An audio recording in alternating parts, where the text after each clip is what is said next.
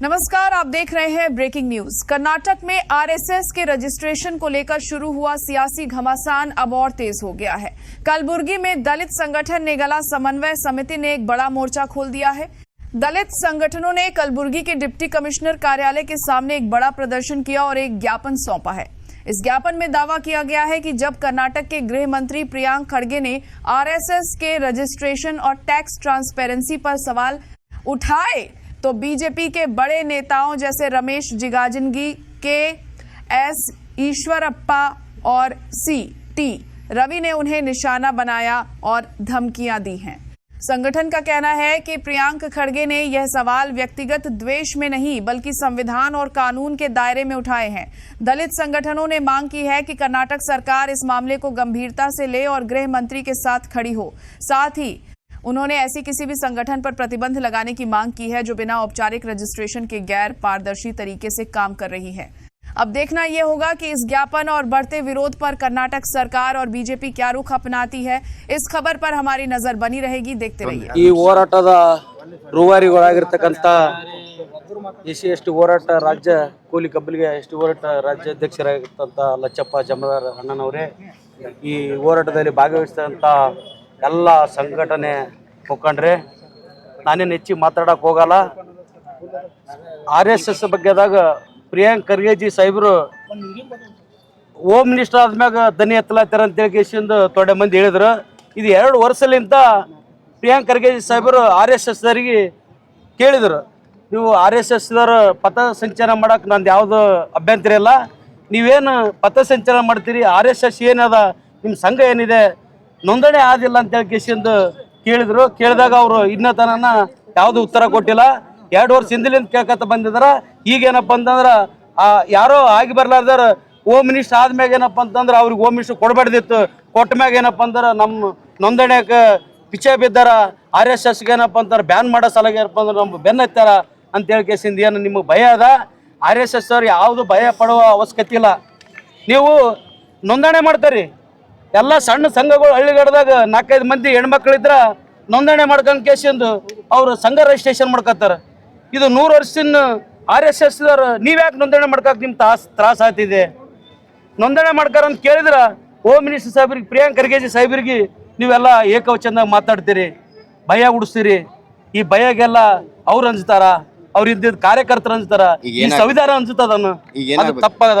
ನಾವೇನು ಹೇಳ್ತಿದೀವಿ, ಯಾರಿಗೆ ಅಭ್ಯಂತರ ಇಲ್ಲ, ನೀವು RSS ದವರು ನೋಂದಣಿ ಮಾಡ್ಕರಿ.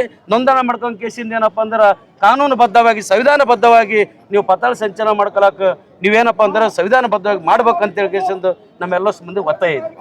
ಇವತ್ತು ಕಲಬುರಗಿಯಲ್ಲಿ ಹಮ್ಮಿಕೊಂಡಿರುವಂತಹ ಈ ಒಂದು ಹೋರಾಟ ಈ ದೇಶದಲ್ಲಿ ನೋಂದಣಿ ಇಲ್ಲಾರ್ದನೆ 100 ವರ್ಷ ಪೂರೈಸಿದ RSS ಸಂಘಟನೆಯ ಮುಖ್ಯಸ್ಥ ಮೋಹನ್ ಭಾಗವತ್ ಅವರಿಗೆ ಈ ರಾಜ್ಯದ ಗೃಹ ಮಂತ್ರಿಗಳು ಸನ್ಮಾನ್ಯ ಪ್ರಿಯಾಂಕಾ ಖರ್ಗೆ ಅವರು ಒಂದು ಪತ್ರ ಬರೆದಿದ್ದಾರೆ. ನಿಮ್ಮ ಸಂಘ ನೋಂದಣಿ ಆಗ್ಯದೋ ಇಲ್ಲ, ಇದ್ರ ಜೊತೆ ಒಂದು 4-5 ಪ್ರಶ್ನೆಗಳನ್ನು ಕೇಳಿದ್ದಾರೆ.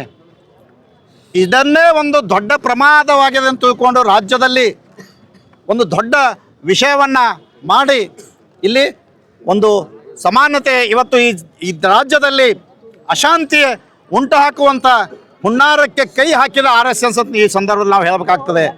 ಯಾಕಂದ್ರೆ ಕೇವಲ ನಿಮಗೊಂದು ಪತ್ರ ಬರೆದು ನಿಮ್ಮ ಸಂಘ ನೋಂದಣಿ ಆಗ್ಯದ ಇಲ್ಲಂದರೆ ಇಷ್ಟೊಂದು ದಂಗ ಮಚ್ಚೋದು, ಸಾಕಷ್ಟು ಜನ ಅವರಿಗೆ ಧಮಕಿ ಹಾಕೋದು, ಎಷ್ಟೋ ಜನ ಇವರಿಗೆ ಮಣ್ಣಾಗಿ ಹೋಗ್ತಾರೆ ಅಂತ ಹೇಳೋದು.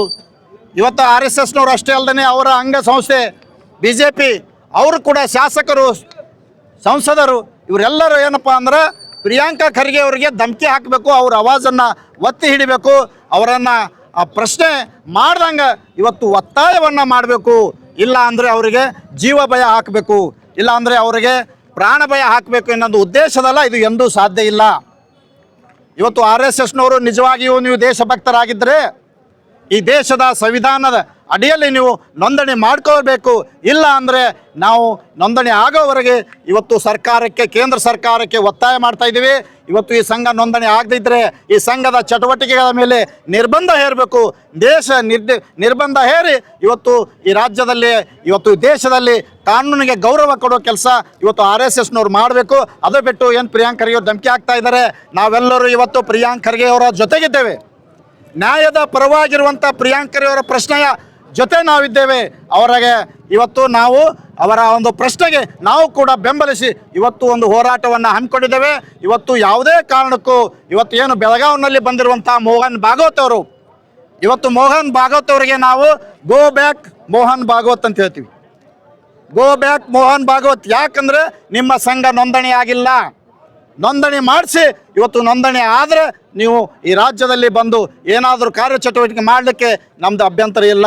ಹೀಗಾಗಿ ಏನು ಈ ಸಂಘಟನೆ ಕೆಲವು ಏನು RSSನ ಕೆಲವು ಮುಖಂಡರು ಇವತ್ತು ಜೀವ ಭಯ ಹಾಕೋದು, ಇವತ್ತು ನಾವು ಕೂಡ ಕಲಬುರಗಿಯಲ್ಲಿ ಹೋರಾಟವನ್ನು ರೂಪಿಸಿದಾಗ ಕೆಲವು ಜನ ನಮಗೆ ಫೋನ್ ಕರೆ ಮಾಡಿ ಇವತ್ತು ಧಮಕಿ ಹಾಕುವಂಥ ಒಂದು ಉದ್ದೇಶ, ಇವತ್ತು ಜೀವ ಭಯ ಹಾಕುವಂಥ ಒಂದು ಉದ್ದೇಶ, ಇವತ್ತು ಈ ಹೋರಾಟ ಮಾಡಬಾರ್ದು, ಈ ಹೋರಾಟ ಹಿಂಪಡಿಬೇಕೆನ್ನುವ ಉದ್ದೇಶದಿಂದ ನಮ್ಮ ಮೇಲೆ ಒತ್ತಡ ತಂದರೂ ಕೂಡ ಯಾವುದೇ ಕಾರಣಕ್ಕೂ ನಮ್ಮ ಹೋರಾಟ ನಿಂದಿರಲ್ಲ. ಯಾವುದೇ ಕಾರಣಕ್ಕೂ ಪ್ರಿಯಾಂಕ್ ಖರ್ಗೆ ಅವರ ಹೋರಾಟ ನಿಲ್ಲೋದಿಲ್ಲ.